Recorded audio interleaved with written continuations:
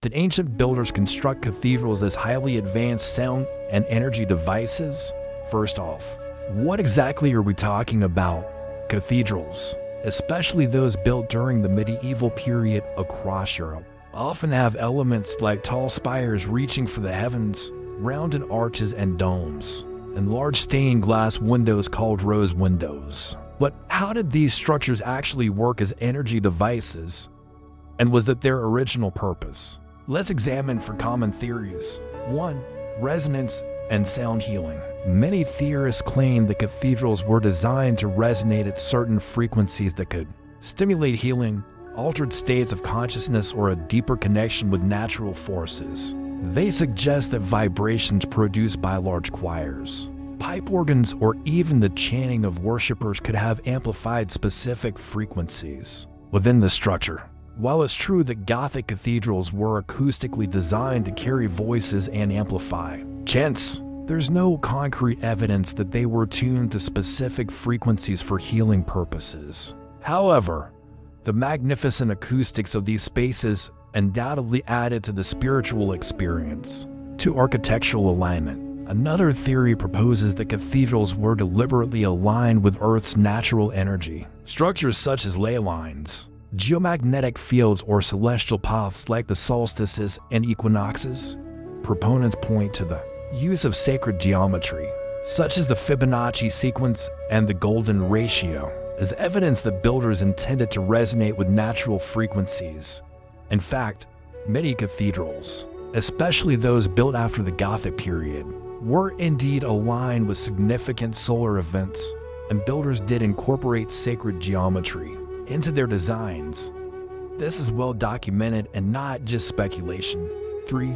Organ or free energy. Some theorists take it a step further, suggesting that cathedrals acted as gigantic organ or free energy accumulators and distributors. They claim that spires, domes, and rose windows served as antennae to harness atmospheric or telluric energy, which could then be amplified and distributed through the structure or even sent out into the surroundings.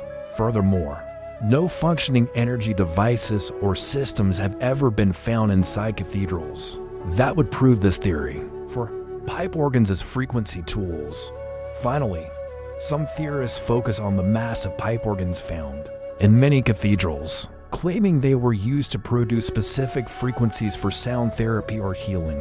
Powered by air and placed in large stone chambers, these organs could create powerful low-frequency sound waves. It's possible that these sounds may have stimulated vibrational healing, created resonance with the stone, or even altered states of consciousness. Pipe organs are indeed capable of producing deep frequencies, and were considered awe-inspiring instruments that could move people on a spiritual and emotional level. Their primary purpose was not as energy devices, but as tools to enhance the musical and liturgical experience. So what's really going on here? If cathedrals weren't primarily built as energy devices, why do so many of them seem to fit the description of such structures? One explanation lies in the evolution of architectural design. Over the centuries, builders incorporated principles of acoustics, sacred geometry, and astronomical alignments into their work, often without realizing the full implications of these techniques. For example, the pointed arch and rib vaulting that became characteristic of Gothic cathedrals allowed for greater height and more elaborate stonework. These features also happen to create excellent conditions for the amplification and diffusion of sound. Similarly, the use of geometric principles like the golden ratio may have been driven by aesthetic considerations, or a desire to emulate natural forms rather than a conscious effort to align with Earth as energy. In reality, the builders of these great structures likely had a variety of goals in mind, including impressing the faithful, creating inspiring spaces for worship, and showcasing the skills of local artisans. While it's fun to speculate about their deeper meanings and potential uses as energy devices, it's important to separate fact from fiction and recognize the real historical and cultural factors at play. So what can we say with certainty?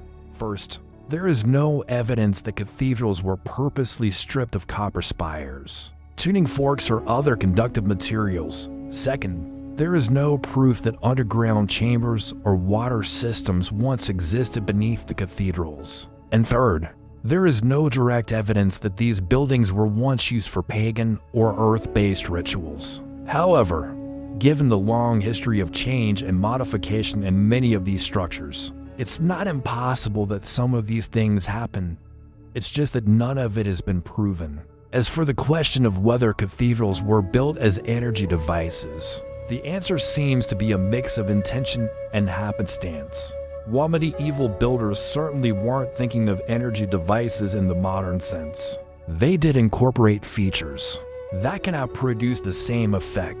So if that's what you're looking for, you might find plenty to explore in these magnificent structures. And don't forget to like and subscribe.